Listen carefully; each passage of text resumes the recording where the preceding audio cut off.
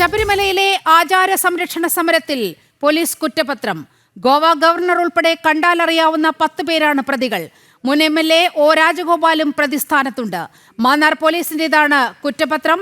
ശബരിമല പ്രക്ഷോഭ സമയത്ത് വാഹനങ്ങൾ അടിച്ചു തകർത്തു എന്ന കേസിലാണ് നടപടി.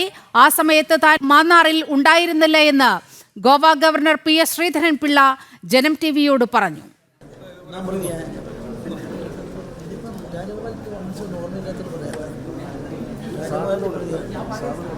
ഞാനും ഇന്നല്ല എനിക്കല്ല എന്നെ സംബന്ധിച്ചവർക്ക് അധികാരമില്ലാത്തവർ മാറ്റുപോകും. ഞങ്ങളെല്ലാം പ്രതികളായിട്ട് ചാർജ് ഷീറ്റ് കൊടുത്തിട്ടുണ്ട്. ഞങ്ങളാരോ സുപ്രീത്തിൽ പോലും അങ്ങനെ സ്ഥലത്ത് പോയിട്ടില്ല. രാജഗോപാൽജി 96 വയസ്സുള്ള രാജഗോപാൽജി പ്രതിയാണ്. 2018 എന്തോ കാറ് അടിച്ചു പൊളിച്ചു എന്നോ എന്തോ പറഞ്ഞിട്ടാണ്. ഇപ്പം ഈ കഴിഞ്ഞ ആഴ്ച കൊടുത്തു. സമൻസ് കിട്ടിയ കുറേ ആൾക്കാരുണ്ട്. അതെ, 10 പേരെ പ്രതികളാക്കി.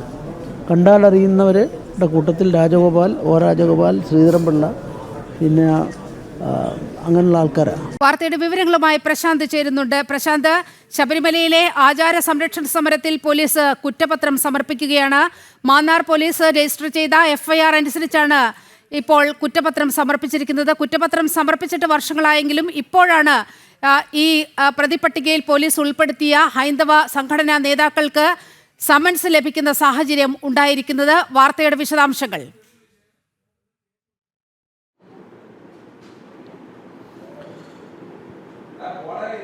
Nilima, Goa governor PS Sreedharan Pillai, BJP മുൻ കേന്ദ്രമന്ത്രിയും MLAയുമായ ഒ രാജഗോപാൽ, കൂടാതെ കണ്ടാലറിയാവുന്ന 10 പേർക്കെതിരെയാണ് കുറ്റപത്രം സമർപ്പിച്ചിരിക്കുന്നത്. ഇതിൽ PS ശ്രീധരൻപിള്ള ഒഴികെയുള്ള ബാക്കി എല്ലാവർക്കും പോലീസ് സമൻസ് അയച്ചിട്ടുണ്ട്. PS ശ്രീധരൻപിള്ള തന്നെയാണ് ഇന്ന് ഒരു തിരുവനന്തപുരത്ത് വെച്ച് ജനം TVയോട് ഇക്കാര്യം പറഞ്ഞത്. ഇത്തരത്തിൽ കുറ്റപത്രം സമർപ്പിക്കുന്ന ഒരു സാഹചര്യം, അതിൽ ഒന്നാം പ്രതിയായിട്ടാണ് തൻ്റെ പേര് എഴുതി ചേർത്തിരിക്കുന്നത്. തനിക്ക് സമൻസ് അയച്ചില്ല, താൻ ഭരണഘടനാ പദവി വഹിക്കുന്നത് കൊണ്ട് സമൻസ് വന്നിട്ടില്ല, എന്നാൽ കുറ്റപത്രത്തിൽ തൻ്റെ പേരും എഴുതി ചേർത്തിട്ടുണ്ടെന്നാണ് അദ്ദേഹം പറഞ്ഞത്. വലിയ രീതിയിൽ ഇത് വിമർശനങ്ങൾക്കിടയാക്കുന്ന സാഹചര്യം ഉണ്ടായിട്ടുണ്ട്. നമുക്കറിയാം 2018 ഈ ശബരിമലയുമായി ബന്ധപ്പെട്ട യുവതികളെ പ്രവേശിപ്പിച്ചതിന് പിന്നാലെ വലിയ രീതിയിൽ നാമജപ പ്രതിഷേധ ഘോഷയാത്രകൾ നടന്നിരുന്നു, നാമജപ പ്രതിഷേധങ്ങൾ നടന്നിരുന്നു. ഈ നാമജപ പ്രതിഷേധങ്ങൾക്കെല്ലാം വ്യാപകമായി കേസെടുക്കുന്ന സാഹചര്യം ഉണ്ടായിരുന്നു. ഒട്ടുമിക്കതും കള്ളക്കേസുകൾ നിരവധി സമാനമായ രീതിയിൽ പോലീസ് എഴുതി ചേർക്കുന്ന സാഹചര്യമൊക്കെ ഉണ്ടായിട്ടുണ്ട്. PS ശ്രീധരൻപിള്ളയും പറയുന്നത് അത് തന്നെയാണ്. താൻ ഈ സമയത്ത് മാന്നാറിൽ ഉണ്ടായിരുന്നിട്ടില്ല എന്നാണ് PS ശ്രീധരൻപിള്ള പറയുന്നത്. മാന്നാർ പോലീസ് രജിസ്റ്റർ ചെയ്തതാണ് കേസ്. കേസിൻ്റെ അടിസ്ഥാനം അല്ലെങ്കിൽ കേസിൻ്റെ ആധാരം എന്ന് പറയുന്നത് മാന്നാറിൽ പോലീസ് സ്റ്റേഷൻ്റെ പരിധിയിലുള്ള ഒരു സ്ഥലത്ത് വെച്ച് കാറിൽ മാരകായുധങ്ങൾ ഉപയോഗിച്ച് കാർ തല്ലി തകർത്തു എന്നതാണ് കേസിൻ്റെ ആധാരമെന്ന് പറയുന്നത്. ഈ തല്ലി തകർത്തവരുടെ കൂട്ടത്തിലാണ് PS ശ്രീധരൻപിള്ളയും അതോടൊപ്പം തന്നെ ഒ രാജഗോപാൽ അടക്കമുള്ളവർ ഉള്ളത്. മാത്രമല്ല പ്രദേശവാസികളായ ചിലരും ഇതിൽ ഉൾപ്പെടുന്നു. അതോടൊപ്പം തന്നെ ബാക്കി കണ്ടാലറിയാവുന്ന 10ഓളം പേർ, അങ്ങനെ 10ഓളം പേർ ഉൾപ്പെടെയാണ് ഈ കേസിൽ ഇപ്പോൾ കുറ്റപത്രത്തിൽ പ്രതികളായിട്ട് വന്നിരിക്കുന്നത്. അതിൽ ഒന്നാം പ്രതിയായിട്ടാണ് PS ശ്രീധരൻപിള്ളയുടെയും കേസ് രജിസ്റ്റർ ചെയ്തിരിക്കുന്നത്. ഇതിനെതിരെ അദ്ദേഹം വലിയ രീതിയിൽ വിമർശനവും ഉന്നയിച്ചിരുന്നു.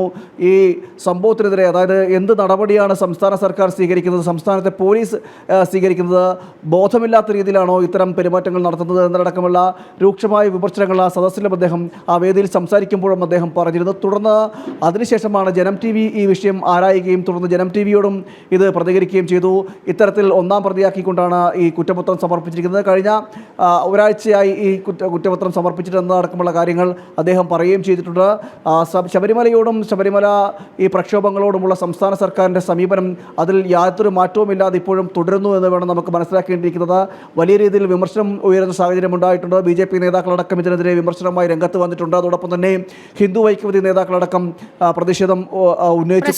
ഇതിൽ ഏറ്റവും അപഹാസ്യമായ കാര്യം എന്ന് പറയുന്നത്, ഇത് ശബരിമല ആചാര സംരക്ഷണം എന്ന രീതിയിലല്ല, ഈ ക്രിമിനൽ കേസുകളാണ് ഹൈന്ദവ സംഘടനാ നേതാക്കൾക്കെതിരെ എടുത്തിരിക്കുന്നത്. നമ്മൾ മാന്നാറിൻ്റെ FIR എടുത്ത് പരിശോധിക്കുകയാണെങ്കിൽ പോലും അങ്ങനെ ഒരു ക്രിമിനൽ കേസ് ആണ് നേതാക്കൾക്കെതിരെ രജിസ്റ്റർ ചെയ്തിരിക്കുന്നത്. കണ്ണൂരും സമാന രീതിയിൽ ഈ വാഹനം തടഞ്ഞു നിർത്തി മൊബൈൽ മോഷ്ടിച്ചു എന്നൊക്കെ ഉള്ള ആരോപണങ്ങൾ മുൻനിർത്തിക്കൊണ്ടുള്ള FIR ആണ് ഇതുമായി ബന്ധപ്പെട്ട എല്ലാ കേസുകളിലും കാണാൻ കഴിയുന്നത്.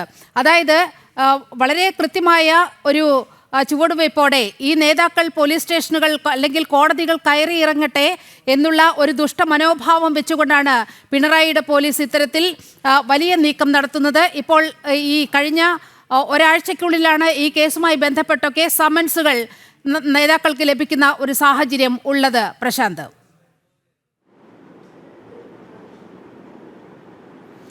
തീർച്ചയായും നീലിമ പറഞ്ഞതുപോലെ തന്നെയാണ് വ്യാപകമായിട്ടുള്ള കേസുകൾ, കള്ളക്കേസുകൾ എന്ന് തന്നെയാണ് ഇതിനെ PS ശ്രീധരൻപിള്ളയും വിശേഷിപ്പിച്ചത്. അങ്ങനെ കള്ളക്കേസുകൾ എടുക്കുന്ന സാഹചര്യം വ്യാപകമായിട്ടുണ്ട്. നമുക്കറിയാം, ഈ പ്രക്ഷോഭ സമയത്ത് ശബരിമലയിൽ ഈ യുവതിയെ പോലീസിൻ്റെ പരിരക്ഷയിൽ യുവതികളെ ഈ ശബരിമലയിൽ സന്നിധാനത്ത് പ്രവേശിച്ചതിന് ശേഷമാണ് വൈകാരികമായിട്ടുള്ള മുഹൂർത്തങ്ങൾക്ക് സംസ്ഥാനം സാക്ഷ്യം വഹിക്കുന്നത്. ഒട്ടേറെ പേർ വേദനയോടുകൂടി, ഒട്ടേറെ അമ്മമാരും അതോടൊപ്പം തന്നെ ഭക്തരുമടക്കമുള്ളവർ ഈ തെരുവിൽ പ്രതിഷേധിക്കുന്ന സാഹചര്യം ഉണ്ടായിട്ടുണ്ട്. തെരുവിലെ പ്രതിഷേധം എന്നത് നാമജപ ഘോഷയാത്രയായി നാമമന്ത്രങ്ങൾ ഉരുവിട്ടുകൊണ്ട്, അയ്യപ്പ മന്ത്രങ്ങൾ ഉരുവിട്ടുകൊണ്ടുള്ള പ്രതിഷേധമാണ്, ശരണം വിളിച്ചുകൊണ്ടുള്ള പ്രതിഷേധമാണ് സംസ്ഥാന വ്യാപകമായിട്ട് നടന്നത്. അത് ഒട്ടുമിക്ക ജില്ലകളിലും ഒട്ടുമിക്ക പ്രദേശങ്ങളിലും ഗ്രാമാന്തരങ്ങളിലുമെല്ലാം ഈ പ്രതിഷേധം നടന്നിരുന്നു. ഈ പ്രതിഷേധം നടന്ന സ്ഥലത്ത് നാമജപ ഘോഷയാത്ര പ്രതിഷേധങ്ങൾ നടത്തിയവർക്കെതിരെ എല്ലാം വ്യാപകമായിട്ട് പോലീസ് കേസ് രജിസ്റ്റർ ചെയ്യുന്ന സാഹചര്യം ഉണ്ടായിരുന്നു. തുടർന്ന് ഈ BJPയുടെയും ആയാലും ശരി, ഹിന്ദു ഐക്യവേദിയുടെ ആയാലും ശരി, നേതാക്കന്മാർക്കെതിരെയും ഈ കേസുകൾ എടുക്കുന്ന സാഹചര്യം ഉണ്ടായിട്ടുണ്ട്.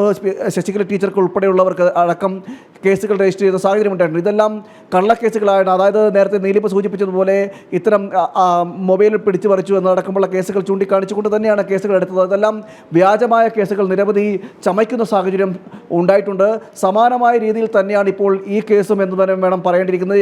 ഇതെങ്ങനെയാണ് ഈ കുറ്റപത്രം നിലനിൽക്കുക എന്നടക്കമുള്ള കാര്യങ്ങൾ PS ശ്രീധരൻപിള്ള ചോദിക്കുകയും ചെയ്യുന്നു. അതായത് ഇത്രയും ദുർബലമായ രീതിയിൽ തന്നെയാണ് ഈ കേസുകൾ എടുത്തിരിക്കുന്ന ഒരു സാഹചര്യമുള്ളത്. അതായത് ഒരു പ്രഥമ ദൃഷ്ടിയെ തന്നെ കണ്ടാൽ മനസ്സിലാകും ഇതിൽ ഈ യാതൊരു കഴമ്പുമില്ലാത്ത കേസാണ് ഇതെന്ന് മനസ്സിലാക്കുകയും ചെയ്യും.